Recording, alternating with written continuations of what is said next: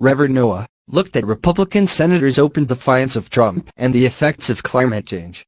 Late-night hosts on Wednesday addressed the Republican Party's continued infighting, Trump's press conference on the White House lawn, and climate change, the effects of which have been felt widely after a summer of hurricanes and wildfires.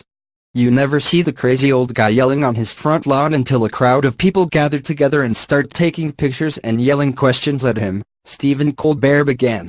Well, today, that lawn was 1600 Pennsylvania Avenue, because this afternoon Grandpa Baggy-Suit held an impromptu press yelling next to what sounds like an industrial grain combine.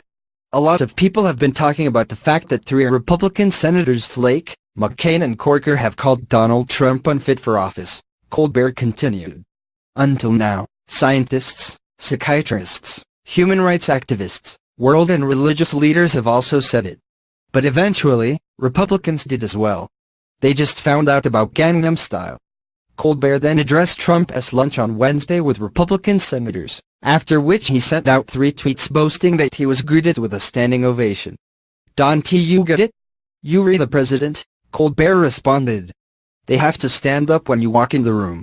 That's like saying my proctologist loves me so much he stuck his finger right up my butt, no copay." The host then showed footage of Trump's post-lunch press conference outside the White House, where he assured everyone that Senator Jeff Flake's recent comments will not hurt him in Arizona. Trump also addressed the recent reports that he couldn't remember a fallen soldier's name, Colbert said, showing clips of the president insisting that, in his phone call with the widow of Law David Johnson, he said the soldier's name, as he had a sheet in front of him with his name on it. Trump explained why he was able to remember the name that was written on the chart in front of him. On Full Frontal, Samantha Bee used her monologue to discuss the country's recent string of weather disasters, including Hurricanes Harvey, Irma and Maria, and the wildfires in Northern California. "This week we are taking a break from talking about the president attacking Gold Star families and instead talk about something else, our planet constantly attacking us in every way imaginable," Bee began, showing news coverage of recent natural disasters. "Despite all these disasters, climate change is never the top story," she explained. "I get it. Who has time to read a thoughtful Times explainer about hurricanes when you yourself are on fire? But we can't avoid the subject any longer. 2017 is the first year in recorded history when the U.S. was hit by 3 Category 4 hurricanes. Even a complete idiot can see there is something unprecedented going on here. So what makes strong hurricanes more and more frequent?" Bee asked. "According to our government the answer is none of your fucking business. Stop asking so many damn questions."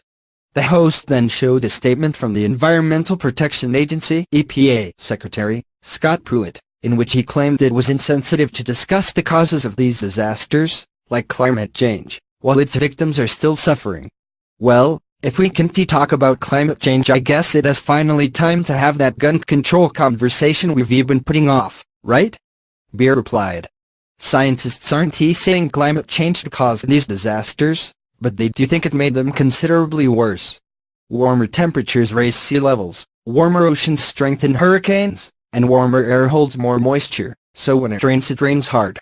Which is great news for sexy movie posters but bad news for everything else. I get it. It is hard to remember that climate change is slowly destroying the world, maybe because it don't have a Twitter account.